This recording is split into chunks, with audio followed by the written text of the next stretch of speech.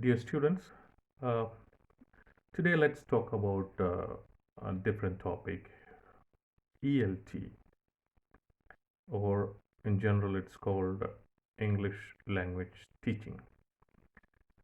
You know what's ELT or English language teaching?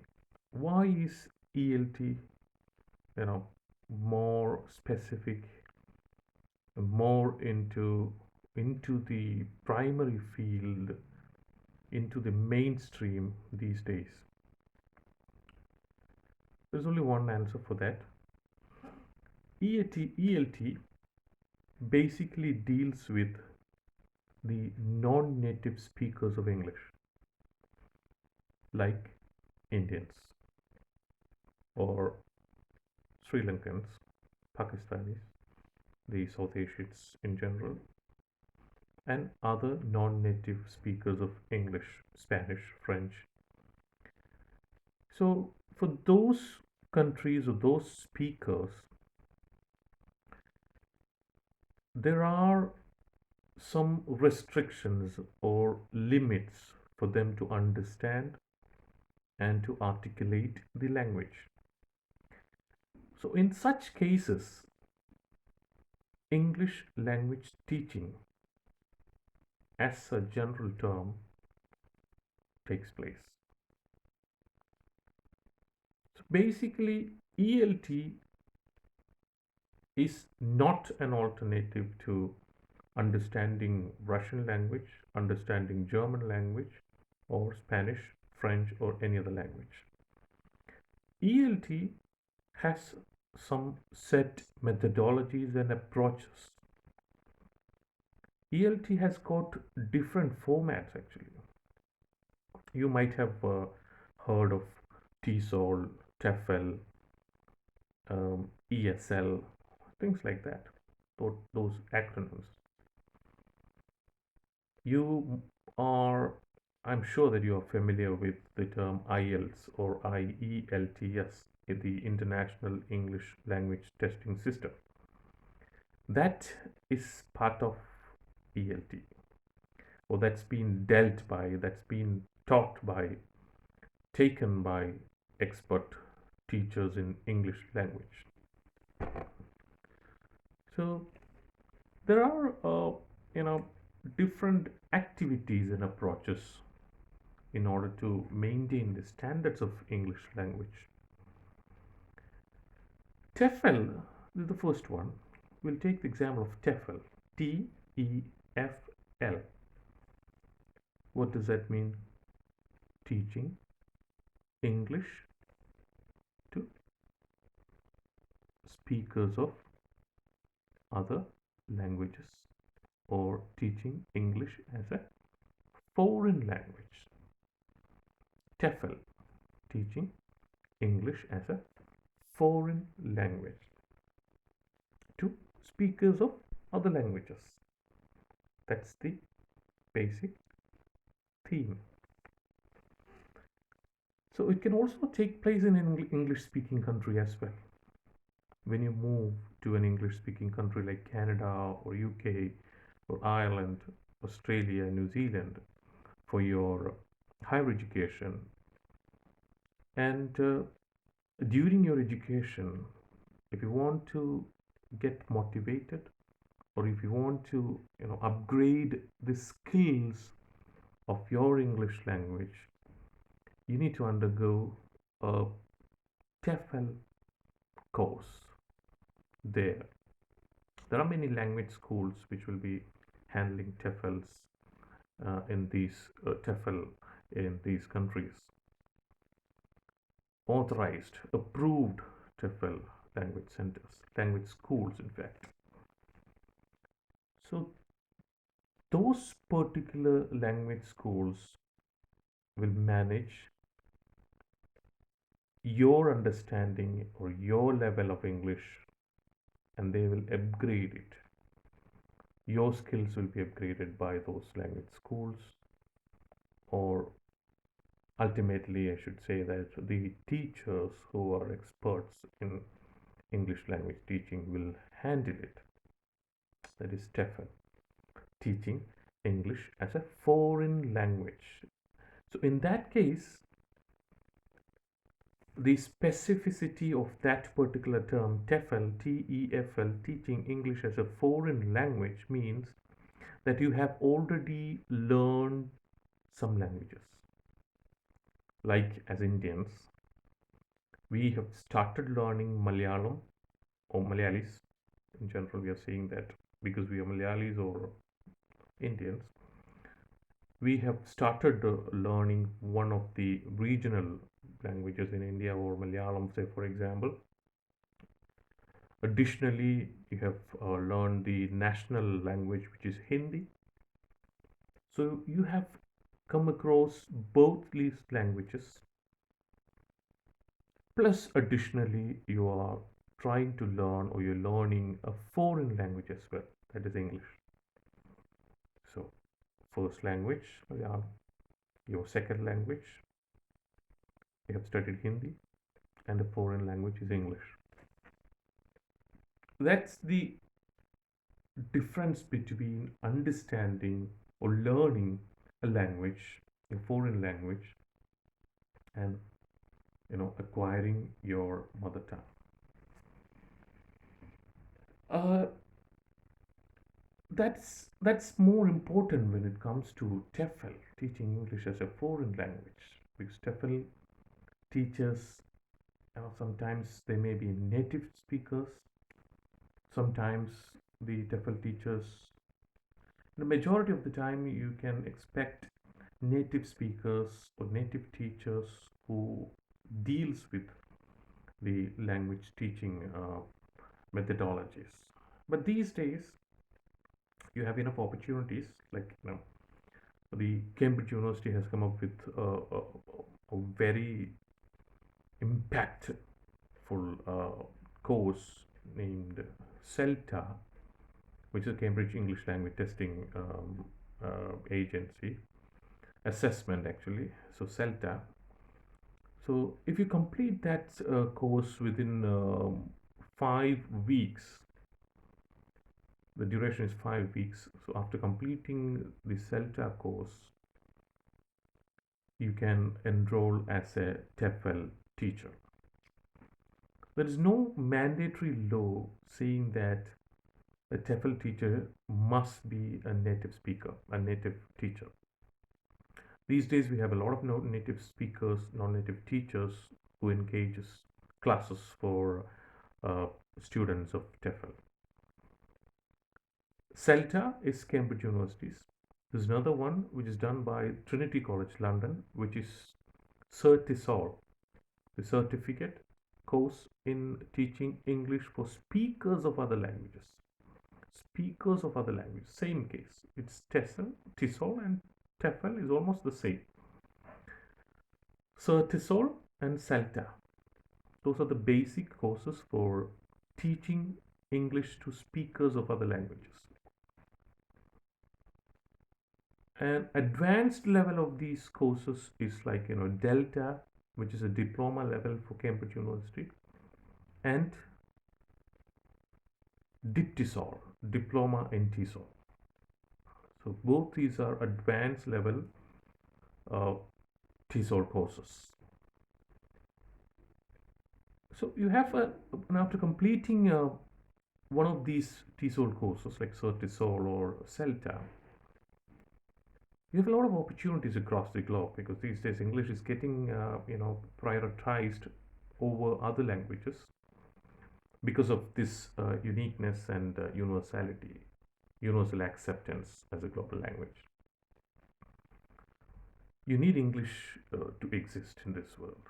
At any cost, you need to speak out some kind of smart English, business English. There are different types of Englishes as well, English languages as well, languages as well. So you can find a lot of teachers these days working in many parts of India, many parts of South American countries, Latin American countries, Brazil, Peru, Ecuador, and from those areas, from the underdeveloped third world countries, the so-called third world countries, also people are eagerly joining. They're very curious in understanding English language. because there was a misconception that it's not misconception, but still there was a misconception that English is a funny language. English has no existence on its own because we know that English has different kind of loan words from different languages across the globe. It has its roots from Sanskrit, its roots from German, Greek, French, Latin, and all those old ancient classical languages. So people might think that English was a poor language. It has no existence of its own. So that made English marginalized severely for a long time, but it has changed now, and not because of that only, because of the English colonial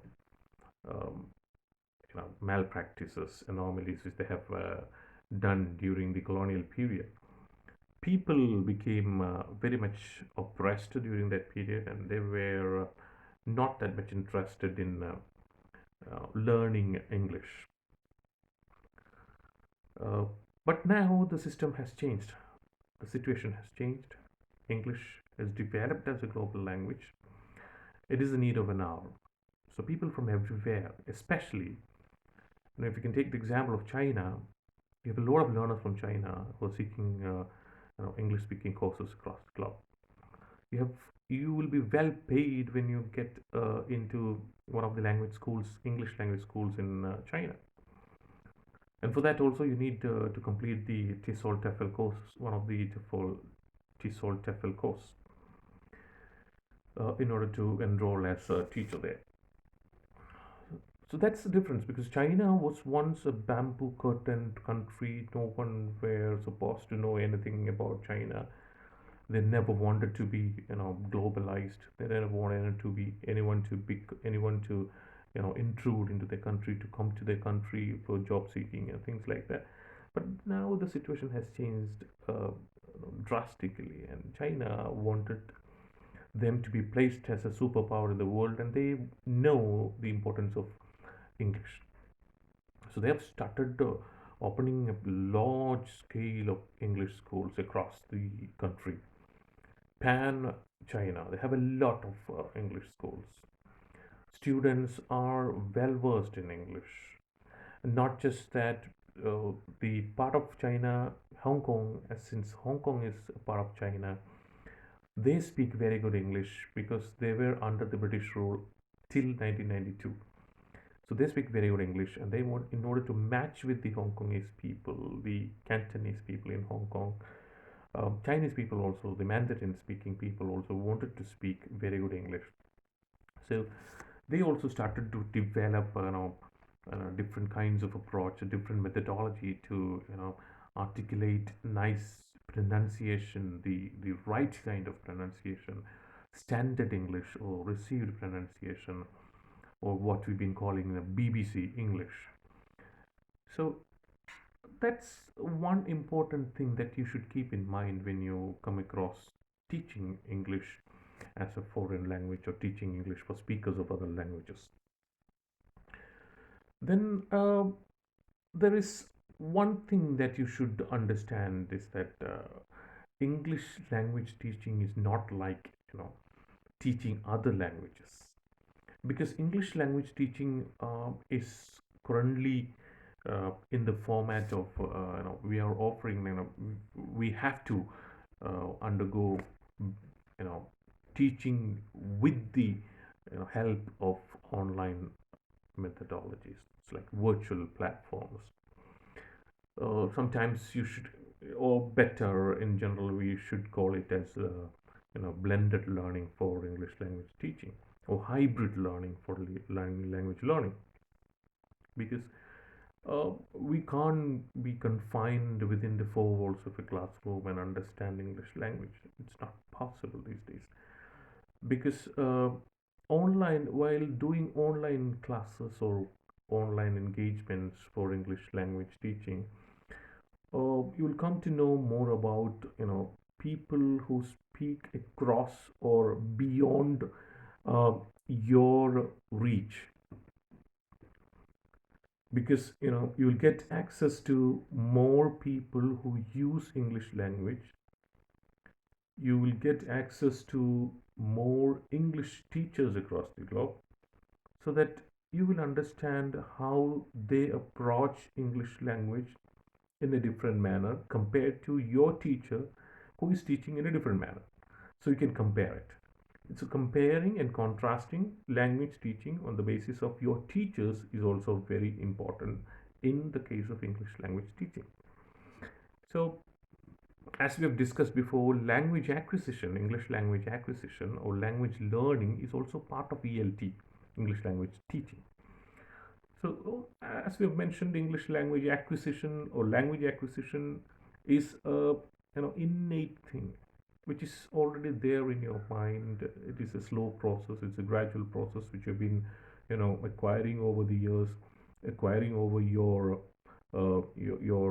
ages or your schoolings from different areas, from different approaches, from different people. But language learning is different thing. As you know, language learning, it sets out some of the rules. You have to follow grammar, you have to follow the etiquette, you have to follow the pronunciation, the strict semantic stylistic rules and things like that will be there when you come across language learning compared to language acquisition.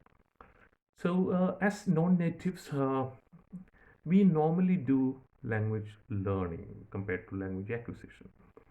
But language acquisition is has got a slight edge over language learning. If you try to learn, if you try to acquire a language, that is more important because that is more easier also, and not because of the easiness or the easiness of understanding language, but in order to maintain the correct way of articulation, language acquisition helps a lot. Uh, as English language students or learners, you should understand that there is a term for that as well, for you guys as well, that is ELL, English language learners. ESL, English as a second language. English as a second language. We normally do it as second language, ESL. And for you, it is English language learner. As students, you are English language learners. So the basic approaches or methodologies that as English teachers we should do is, the first thing is to uh, to polish, to efficaciously develop or improvise the the different skills which are already there, which you have acquired over the years in your mind, which is already fed in your mind, to develop the skills, as we've mentioned, the listening, speaking, reading, and writing skills, which you already have some kind of, some kind of things, some bits and bits of language skills, listening, speaking, reading, and writing. When it comes to listening in ELT, we normally offer kind of audio, video, things like that will be there. Um, Other than that, we'll have face-to-face interviews.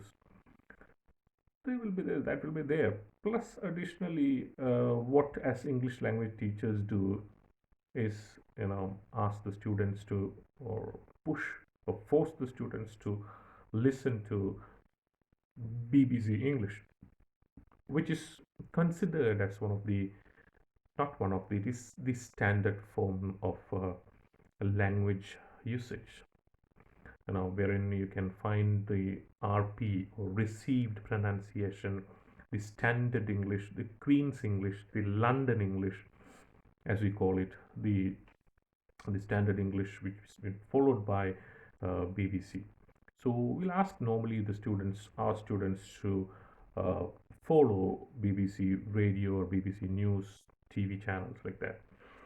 And when it comes to speaking, we'll ask the students to speak a lot, not kind of imitating native speakers, but to, polish, as we discussed last week, to chisel and polish your tongue, to maintain a standard neutral accent, which could be understood by people across the globe. That's more important. Why language is being used, as you've mentioned, that it is to communicate generally. So the basic motto, the basic idea of language is to communicate. So in that case, while communicating, what people should understand you. What I'm saying, you should understand. What you're saying, your response, I should also understand. So it's a give and take thing. So we have I am a medium, and I'm speaking a tongue in order to communicate my ideas, my informations to you, to facilitate you with my ideas and informations, using a language as a medium or a tool. And you will get to know about what your facilitator is talking about, what is he speaking about. And then only it will become complete when you respond back. When you respond back, it will the communication will complete. So in that case also, you need to develop a lot of speaking skills. Not just speaking in thinking and speaking in a different language is very difficult, because if you think in Malayalam, if you think in Hindi, what will happen? And if you try to convert it into English, what will happen? The grammatical rules and syntax structures, semantic structures will change. You will be utterly confused when you speak out in English. Thinking in your mother tongue, thinking in your first language, speaking out in a second language, you'll be confused. It will be a mess, total collapse. But instead, what you can do is that you can think in English, speak out in English. Your speaking is done. So that's the right kind of approach these days the ELT teachers, English language teachers, use normally. And as we know that reading is also a part of is an essential part of understanding a language, because you'll get to know more about the sentence structure, the connections, the connected words, the order of arranging a paragraph, the order of arranging or a dialogue in order to communicate it better with the readers. Reading makes to understand perfectness. The understand the perfectness of a language. You'll come to know more about how reading makes you through or paves way to the enrichment of language for you. So reading is also very important. So listening, speaking, reading, and then writing. So what happened during the other class was that when writing comes into place, you should understand that in writing, while you write something, also people you are trying to communicate things to the other person. So it should be in the right manner. It should be in the right format that you should convey that information or idea which you have already thought in your mind to the person whom you wanted that particular idea to be shared with, the intended person. So in that particular case also, what you need to do is that you need to chronologically arrange, specifically arrange the themes, the ideas, the ideologies, the information which you have in your mind in the correct order. Divide it into different paragraphs. Start with, as we mentioned in the first paragraph, it should be a rephrasal or a paraphrase of the question with your supporting views in the first paragraph, and the second paragraph should be the main body of the essay. And in the second paragraph, you should come across. You should have to write through a lot of things like the examples based analysis or evaluation of the topic. And finally, in the conclusion or the concluding paragraph, what you can do is that you can compare it with the negative aspect or the positive aspect. Sometimes you might have dealt with the positive aspect because you support the positive thing of that particular question. So when it comes to the concluding part, you should have a view about the negative aspect as well. So comparing positive and negative will complete that essay.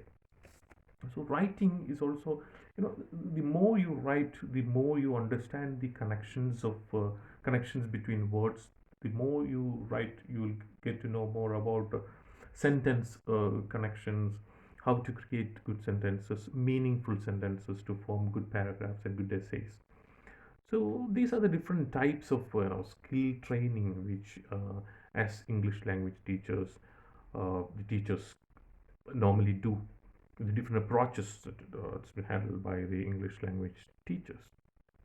Then these days, as mentioned before, blended learning, or what you can call integrating of media in ELT, integration of media in ELT, because it's kind of improve the skills of students themselves, the learners themselves, because self learning always helps a lot, because it's a kind of motivating tool. Self learning is a kind of motivating tool. And so if we can give a free hand for the students, as we normally expect our students or learners to learn by themselves, as, as in the case of English language, let them practice. You should practice on your own. You should think of your language. You should analyze and evaluate your language, and think about the anomalies, the faults, the failures in which you normally come across, and try to understand it, and try to find remedies and solutions on your own, instead of depending on a teacher, on a facilitator. Try to find a solution on your own, because you are asked to listen to BBC. You're asked to listen to a lot of channels, a lot of social media sites, which has been using a lot of using received pronunciation or standard English. You're asked to read a lot. You're asked to write a lot.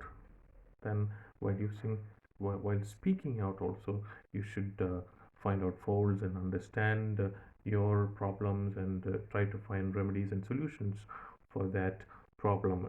So that's where media plays its part. So integrating media in ELT is an essential tool for transforming the style of English which has been used by students across the globe. Uh, so it also develop the accentual pattern, the articulatory style of using a language, the articulatory phonetic language, which has been used by students. Um, so integrating media is an essential part of ELT. So those are the basic things about ELT. We'll try to learn more about, or we'll try to come across the different aspects of English language teaching in the next classes. Thank you.